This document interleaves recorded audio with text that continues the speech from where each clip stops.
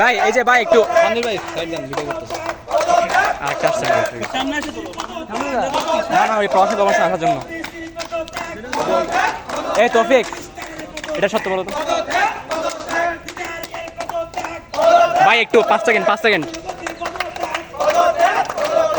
উপরে তো ইয়ে আসতেছে